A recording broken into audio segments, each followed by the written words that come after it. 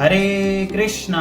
तो स्वागत करता हूं आप सभी का एक और नई इंटरेस्टिंग वीडियो में। और आज की इस वीडियो में हम जानेंगे कि जो भगवत गीता है उसकी शिक्षाओं को हम अपने जीवन में किस प्रकार से उतार सकते हैं, है ना।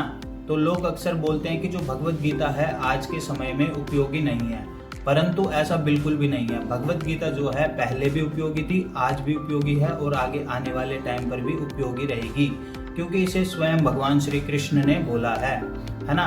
तो आज के इस वीडियो में हम जिस श्लोक के ऊपर बात करेंगे वो है भगवत गीता के दूसरे अध्याय का 14वां श्लोक। इस श्लोक के अंदर भगवान अर्जुन को इस प्रकार से बोलते हैं, मात्र स्पर्शातु कौन्तेया शीत उष्ण सुख दुःखदा आगम अपायेन आनित्या तान तितिक्ष्वा भारता, है ना। इस श्लोक का जो अर्थ है इस प्रकार से है, हे कुंती पुत्र, सुख तथा दुख का क्षणिक उदय तथा काल क्रम में उनका अंतर ध्यान होना सर्दी तथा गर्मी की ऋतुओं के आने जाने के समान है।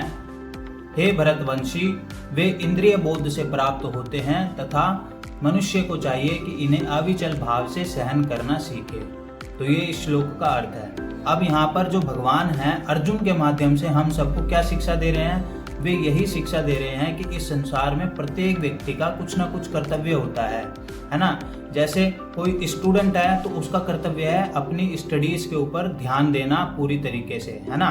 और कोई बिजनेसमैन है तो उसका कर्तव्य है अपने बिजनेस को आगे बढ़ाना, है ना। और कोई स्पोर्ट्स खेलता है तो उसका कर्तव्य है स्पोर्ट्स में पूरा ध्यान देना। कोई माता है तो उसका कर्तव्य है अपने बच्चों की सेवा करना। तो इसी प्रकार से हर व्यक्ति का कुछ ना कुछ कर्तव्य होता है। तो इन कर्तव्यों को करते हुए अगर उसके जीवन में सुख और दुख आते हैं तो भगवान यही बता रहे कि उनको हमें पूर्ण अविचल भाव से बिना विचलित हुए उनको सहन करना चाहिए। सुख और दुख के आने की वजह से हमें अपने कर्तव्यों को छोड़ना नहीं चाहिए, है ना।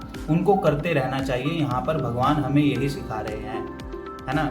जो सुख होता है, सुख में तो हर कोई ठीक रहता है क्योंकि सुख सबको अच्छा लगता है, परंतु जब दुख आते हैं तो जो उनका कर्तव्य होता है लोग उसको छोड़ देते हैं, डिप्रेशन में चले जाते हैं कि भाई मेरे जीवन में ये दुख क्यों आया। परंतु भगवान यहाँ पर यही सिखा रहे हैं कि जो सुख है और दुख है वो किसकी तरह है, वो सर्दी और गर्मी की ऋतुओं के आने जाने के समान है। उनको हमें सहन करना चाहिए। अब